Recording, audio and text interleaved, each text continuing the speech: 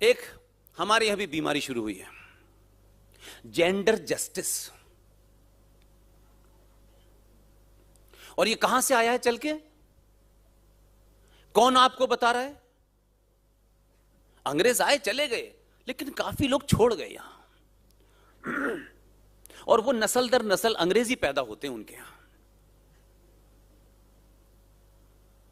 अंग्रेज गए, उनको जो करना था किया।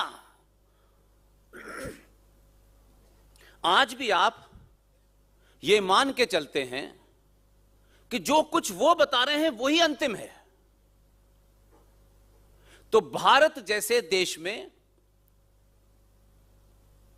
इस ब्रह्मांड के आरंभ की संस्कृति जो है वो ही सनातन है। उसको वो लोग ज्ञान दे रहे हैं कि भारत में जेंडर जस्टिस नहीं है। उनके यहां 100 साल पहले, 50 साल पहले तक महिलाओं को वोट डालने का अधिकार नहीं था। हम तो हजारों साल से महिला के अधिकार पहले ही दे चुके हैं। आज भी बहुत सारे वेस्ट के अंदर नहीं था, कोई बहुत पुरानी कहानी नहीं है। चोर, उठाई गिरे लुटेरे हमको ज्ञान दे रहे हैं। और हम जेंडर जस्टिस को क्या समझ बैठे हैं, वुमेन लिबरेशन को क्या समझ बैठे हैं कि जिनकी संस्कृति में, जिस फिलॉसफी में मैरिज का इंस्टीट्यूशन ही नहीं था, वो हमको ज्ञान दे रहे हैं। वो हमको बता रहे हैं महिला को कैसे रहना चाहिए। और वुमेन लिबरेशन का मतलब यह है कि बिना कपड़ों के घूमो। वो बता रहे हैं हमको, और वो अपनी संस्कृति के हिसाब से सही बता रहे हैं। लेकिन ये ज्ञान वहीं रखें जहां ये है, हमें न बताएं। और हमारा युवा इस बात को समझ ही नहीं पा रहा है। हमारी बहन बेटियां नहीं समझ पा रही हैं, और कहीं कहीं तो मां भी कंफ्यूज हो गई है। वो समझती है कि पता नहीं, जब तक ये नहीं होगा तो मैं शहर में, मेरा रौब नहीं होगा। इसलिए जो दो ही संस्कृति थी, एक आपकी थी और जो पहले आए थे अंकल से, उनकी तो फिर बात ही अलग है। एक रेगिस्तान पे ऊंट की पीठ पे बैठ के आए हैं, एक उनकी है। उन लोगों की संस्कृति में इंस्टीट्यूशन ऑफ मैरिज नहीं था।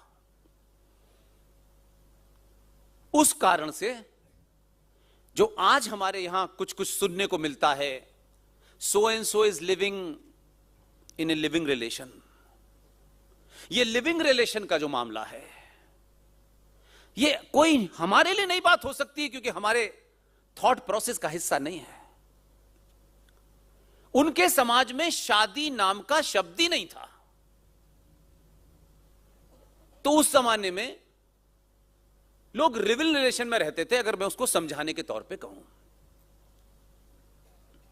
और उस लिविंग रिलेशन में, उन संबंधों में किसी संतान की उत्पत्ति अगर हो जाए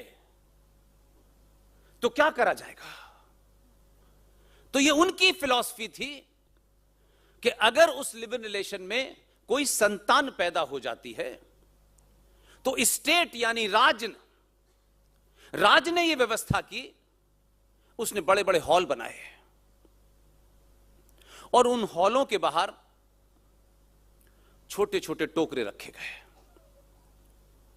कि उन संतानों को, हमारी भाषा में अगर आप कहें तो वो नाजायज संतान कहलाती हैं, जैसा हमारा मानना है। उन बच्चों को उन टोकरों में रख दिया जाता था और राज ने यह व्यवस्था की कि उस हॉल की व्यवस्था 2 लोग चलाएंगे। और वो आपको जानते थे, इसलिए उन्होंने खेल क्या किया, एक साधारण सी बात है कि मेरी बहन जब किसी से शादी करती है तब वो पत्नी बनती है, और जब उसके संतान की उत्पत्ति होती है तब वो मां बनती है। फ्री में आसानी से मां नहीं बना जाता। ये एक प्रोसेस है मां बनने का, लेकिन उन हॉल की व्यवस्था को चलाने के लिए उनको हमसे ही लेना पड़ा। लेकिन कमाल की बात यह है कि उस हॉल को एक महिला और एक पुरुष उसे चलाएगा। हम तो इतना प्रोसेस करके हमारी बहन पहले पत्नी बनी, फिर मां बनी, तब जाकर के हमने उसे मां स्वीकार किया। लेकिन उस हॉल की व्यवस्था चलाने के लिए जिस आदमी ने शादी नहीं की वो फादर है, जिस महिला ने शादी नहीं की वो मदर है। और एक फादर और एक मदर उस हॉल की व्यवस्था में वो जो लिव इन रिलेशन से उत्पन्न संतानें हैं उनका देख रेख करेंगी और स्टेट उसको फंड करेगा। और कमाल है, वो जो हॉल है उसका नाम रखा गया कॉन्वेंट। तो ये जो कॉन्वेंट स्कूलों की कहानी है ये वहां से शुरू हुई है। हमारे यहां हमारे संस्कार ये हैं, शादी हो गई, ये पत्नी है, ये मां है, और ये ससुर हैं, ये देवर हैं, ये साले हैं। ये रिश्ते किसी किताब में डिफाइन नहीं है, लेकिन उनको हमसे सीखना था। लेकिन अकड़ थी थोड़ी सी। उनके यहां फादर इन लॉ, कानून के हिसाब से फादर इन लॉ हैं, ये मदर इन लॉ हैं। हमारे यहां कानून की जरूरत नहीं थी कि ये काले कोट वाले बताएंगे, हमारे संस्कारों में से पहले दिन से था, इसलिए कानून के हिसाब से नहीं था। अगर मां की बहन, हमारे परिवारों में, ज्वाइंट परिवार में अगर किसी की मां का अकस्मात निधन हो जाए और घर में छोटा बच्चा हो, वो बच्चा उस ज्वाइंट फैमिली में कब मौसी ने पाला और कब बड़ा हो गया पता नहीं चलता था। हम वहां के लोग हैं, लेकिन एक भीड़ चली हुई है। उन्हीं लोगों ने उस इंस्टीट्यूशंस को डिस्ट्रॉय किया। तो जो पृथ्वी है, जब हम भारत मां कहते हैं, जब हमारे बुजुर्ग, आज तो पूरा मामला ही गड़बड़ हो गया है, उस भाव को देखेंगे तो आपको गर्व होगा कि आप दुनिया में आपकी कोई बराबरी कर ही नहीं सकता। आप क्या कपड़े पहने हैं, क्या नहीं पहने हैं, यह कभी महत्व नहीं है। यह आपके आत्मविश्वास की कमजोरी है कि महंगा कपड़ा, महंगी गाड़ी में चलने से आपकी इज्जत बढ़ेगी। चाणक्य एक लंगोटी पहने हुआ था, उसने पूरी सरकार हिला दी थी। भगवान राम के पास हजारों कपड़े नहीं थे, अपने आचरण से उन्होंने दुनिया को हिलाया। रोज कपड़े नहीं बदलते थे।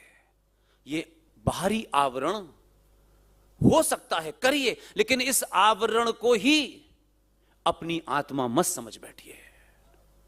यह माध्यम है, जैसे साइकिल है, स्कूटर है, कार है, हवाई जहाज है। ये जीवन में कहीं लक्ष्य पहुंचने के लिए कहीं आप साइकिल से जाएंगे, कहीं स्कूटर से जाएंगे, लेकिन मैं ये देख रहा हूं कि सनातनी हिंदू माध्यम को ही लक्ष्य समझ बैठा है। इसलिए हमारे बुजुर्ग जब सुबह उठते थे, उस जमाने 26 माले की बिल्डिंग नहीं थी। सुबह उठने से पहले, आज भी बहुत परिवार होंगे ऐसा मैं नहीं मानता, जरूर होंगे, सुबह उठने से पहले, जमीन पे पैर रखने से पहले धरती को माथे से लगाते थे। यह उसका जेस्चर था, यह भाव है उस धरती के प्रति कि हे धरती मां, मेरे जीवन जीने के लिए जितने किस्म के फल, जितने किस्म की चीजें हैं तू देती है, तेरे ऊपर पैर रखने से पहले मैं तुझे नमन करता हूं। यह भाव था हमारा। आज हमको कोई छोटा सा गिफ्ट दे दे, हम 4 बार थैंक यू कहते हैं।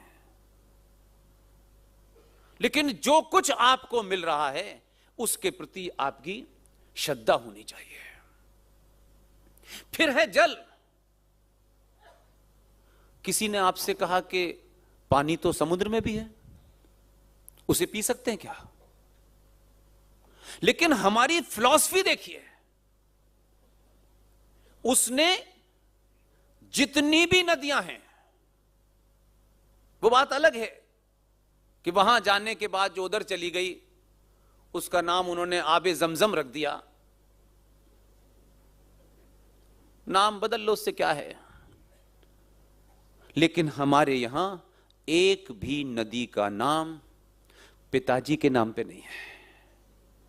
कोई गंगा है, कृष्णा है, कावेरी है, गोदावरी है, सारी नदियां मां के नाम से हैं। मां का भाव क्यों लगाया? मां का भाव इसलिए लगाया कि हमारी संस्कृति में सबसे ज्यादा पवित्र मां है, और उस मां के भाव को नदियों से जोड़ा कि जितनी तुम्हारी मां पवित्र है, जितनी तुम्हें अपनी मां प्यारी है, उतनी ही इस नदी की केयर करना और पूजा करके 2 किलो पत्तल उसमें मत डाल देना। आपको प्योर रखना है अपनी मां के भाव की तरीके से। ये सारी चीजें आपके, अब आज की डेट में गंगा एक्शन प्लान चल रहा है, गंगा में सीवर लाइन आ रही है, ये हमने किया है। सब कुछ आपके पास था लेकिन हमने बिगाड़ा है। इसलिए वो जो 5 तत्व थे, जब तक ये ब्रह्मांड रहेगा वही रहेंगे। और जब हम भाव की बात करते हैं तो बहुत सारे भाव ऐसे भी होते हैं कि आप मेरे लिए कोई काम करें तो मैं हाथ जोड़ के कहूंगा बहुत बहुत धन्यवाद। आप सूरज को पूजा नहीं कर रहे थे, बल्कि सूरज को हाथ जोड़ के धन्यवाद दे रहे थे कि हे सूरज देवता, जो अग्नि मेरे शरीर के लिए चाहिए वो तूने मुझे सुबह सुबह दे दी है, इसके लिए बहुत बहुत धन्यवाद।